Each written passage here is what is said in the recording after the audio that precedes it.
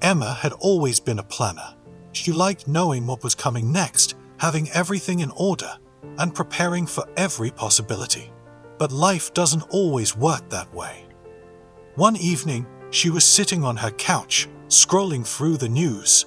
Inflation was rising, companies were laying off employees, and the stock market was all over the place. At work, rumors were spreading that budget cuts were coming soon.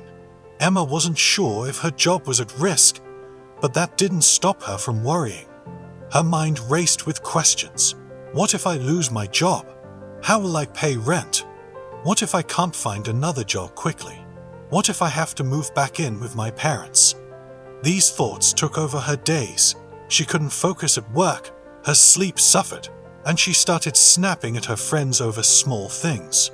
The worst part, nothing had actually happened yet. She was worrying about something that might never come true. One evening, her grandfather called. He had always been a source of wisdom in her life, having lived through tough times himself. Emma sighed and told him everything. She expected him to comfort her, maybe say something like, "Don't worry, everything will be fine." But instead, he chuckled softly and said, "You cannot control the wind, but you can adjust your sails." Emma frowned. What does that even mean? Her grandfather explained, "There are two kinds of things in life. Things you can control and things you can't. The mistake most people make is wasting all their energy trying to change what they can't control, instead of focusing on what they can." At first, Emma resisted. "But what if my company really does lay me off?" "Then what will you do?" he asked. "I guess I'd look for another job." "Good. That's something you can control. Can you control whether your company makes budget cuts?" "No." "Then why worry about it?"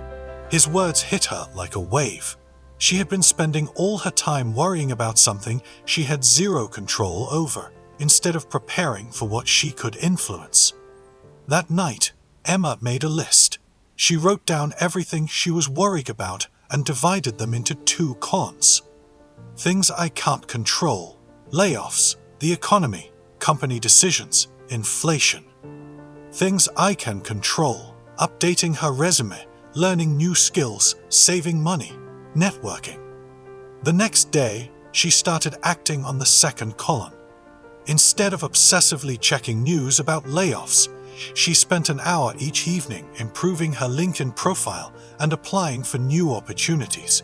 She signed up for an online course to make herself more competitive in the job market. She also cut unnecessary expenses to build a financial safety net. It wasn't easy at first. The anxious thoughts still popped up, but every time they did, she reminded herself, "I'm doing everything I can. The rest is out of my hands." A few weeks later, the worst happened. Emma's company announced layoffs, and she was among those affected. But instead of panicking, she took a deep breath. She had prepared for this moment. She had job applications already in progress, a solid resume, and enough savings to keep her afloat for a few months. Within 3 weeks, she landed a better job with a higher salary. Looking back, she realized something important. All the worrying she had done before hadn't changed the outcome. It had only stolen her peace of mind. As psychologist William James once said, "The greatest weapon against stress is our ability to choose one thought over another." Emma had spent too much time choosing thoughts of fear and uncertainty. But when she shifted her mindset to focus on what she could control, her life changed.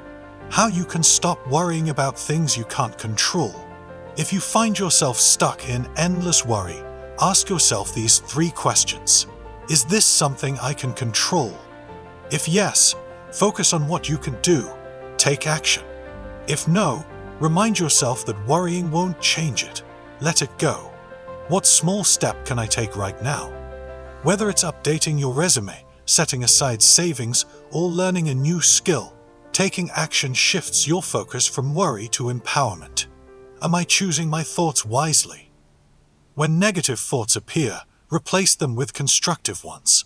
As William James said, choosing better thoughts is our greatest defense against stress.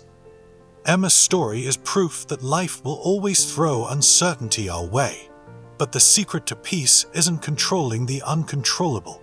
It's learning to adjust your sails and navigate through the storm. So the next time you catch yourself worrying about things outside your control, take a deep breath and ask, what can I do right now? Then do that and let the rest go.